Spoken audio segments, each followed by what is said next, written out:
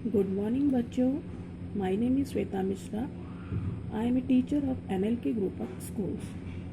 NLK Group of School की online Hindi class में आपका स्वागत है.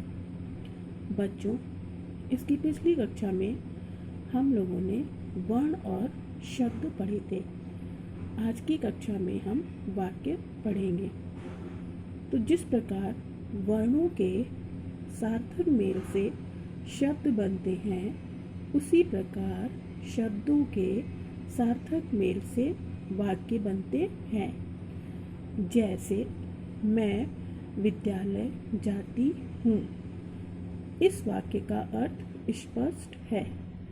यदि इसे इस प्रकार लिखें, हूँ विद्यालय जाती मैं, शब्दों के इस मेल से कुछ स्पष्ट अर्थ नहीं निकलता, अतः इसे वाक्य नहीं कहा जा सकता. इस प्रकार शब्दों का वह सार्थक मेल वाक्य कहलाता है जिसका कोई अर्थ होता है. फिर से एक बार, शब्दों का वह सार्थक मेल वाक्य कहलाता है जिसका कोई अर्थ होता है. शब्द जब वाक्य में प्रयोग होते हैं तो वे पद कहलाते हैं. एक वाक्य में अनेक पद होते हैं.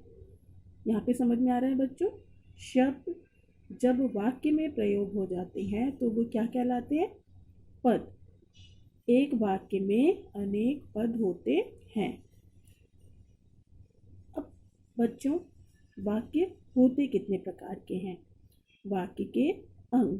वाक्य के 2 अंग होते हैं. पहला उद्देश्य और दूसरा विधेय.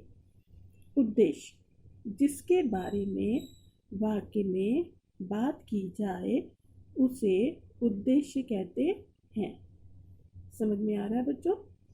जिसके बारे में वाक्य में हम बात करते हैं उसे क्या कहते हैं? उद्देश्य. जैसे माँ भोजन बना रही है, तो यहाँ हम किसके बारे में बात कर रहे हैं? माँ के बारे में. माँ क्या कर रही है? भोजन बना रही है. तो यहाँ उद्देश्य क्या हुआ? माँ. अब आते हैं विधेय. जो कुछ उद्देश्य के बारे में कहा जाए उसे विधेय कहते हैं. हमारा जैसे माँ भोजन बना रही है, इसमें उद्देश्य हुआ माँ. उद्देश्य के विषय में हमने क्या कहा कि माँ क्या कर रही है? भोजन बना रही है. तो भोजन बनाना यहाँ क्या हुआ? विधेय. आया घंटी बजा रही है. हमने किसके बारे में बात की? आया. तो आया क्या हुआ? उद्देश्य. आया के बारे में हमने क्या बात की? घंटी बजाना, यानी आया घंटी बजा रही है. इसी प्रकार बच्चों याद रखिए, वर्णों से बनते हैं शब्द, यानी वर्णों के मेल से शब्द बनते हैं और शब्दों के मेल से वाक्य. ध्यान रहे कि ये दोनों ही हों, लेकिन सार्थक क्रम में, तभी वाक्य बनता है.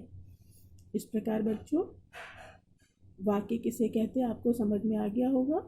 थैंक यू बच्चों.